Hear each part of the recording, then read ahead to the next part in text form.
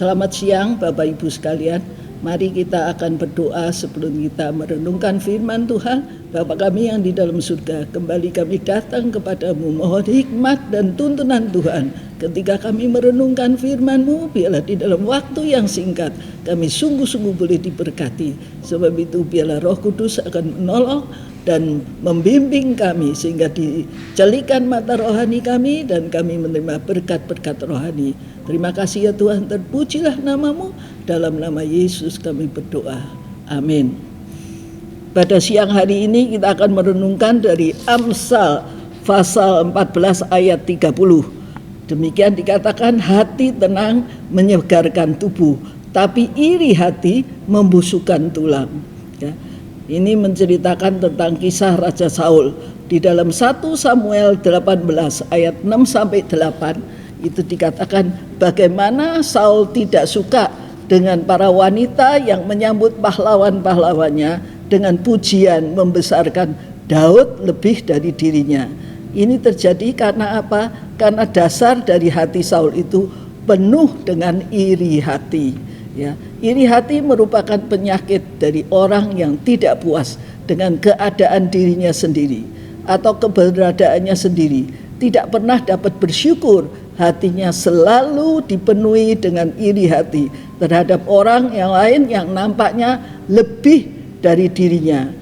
Ini saja yang memenuhi pikirannya, sehingga hanya merupakan nyanyian pujian itu sudah sungguh-sungguh membuat dirinya marah karena iri hati yang sudah menyala di dalam dirinya sendiri. Ya, para wanita itu hanya menyambut dengan pujian.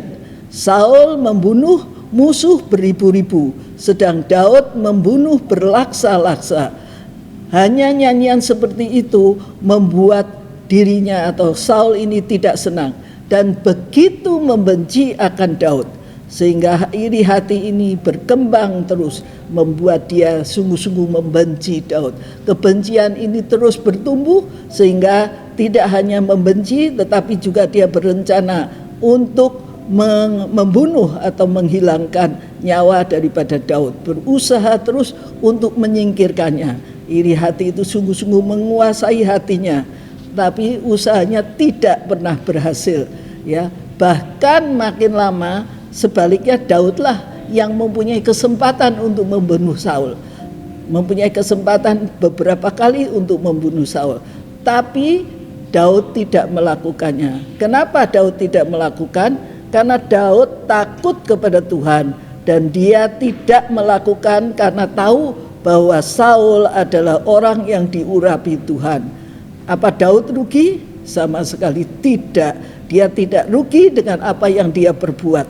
Sama sekali dia tidak merasa rugi. Karena apa? Justru Tuhan memberkati dia. Tuhan menolong dia dan Tuhan menyertai dia, sehingga sungguh-sungguh dia disertai di dalam segala perkara. Dia berhasil karena penyertaan Tuhan yang begitu hebat di dalam dirinya. Ya, jadi Tuhan itu tidak membiarkan orang yang sungguh-sungguh melakukan firman-Nya, dia akan sertai terus-menerus. Daud bukan makin kecil, tapi Daud makin besar, makin dikasihi bahkan oleh orang Israel dan Yehuda, sehingga ini membuat Saul lebih takut lagi. Dia takut kehilangan segala sesuatu, dia takut kepada Daud yang disertai oleh Tuhan. Sebab itu saudara-saudara, biarlah kita mengerti sungguh-sungguh bahwa kita tidak perlu iri hati, kita tidak perlu mempunyai penyakit orang yang tidak puas dengan dirinya sendiri, tapi kita belajar puas dengan apa yang Tuhan sudah berikan di dalam hidup ini.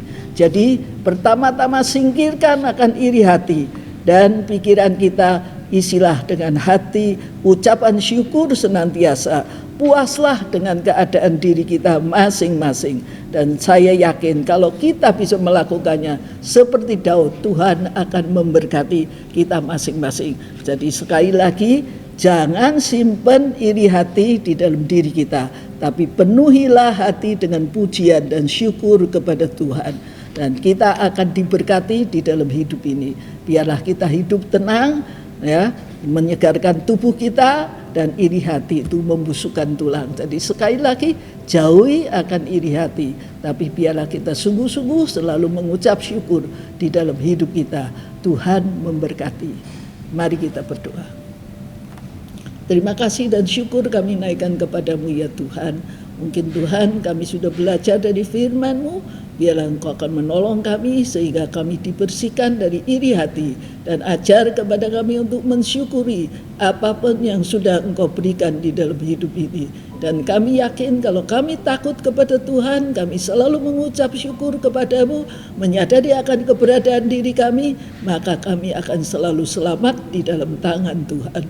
Sebab itu biarlah Engkau sungguh-sungguh memberikan hati yang penuh syukur, dan kami boleh bersyukur untuk keberadaan diri kami masing-masing. Terima kasih ya Tuhan untuk siang hari ini, dan biarlah Engkau yang terus menuntun kami. Terpujilah namamu, dalam nama Yesus kami berdoa. Amin.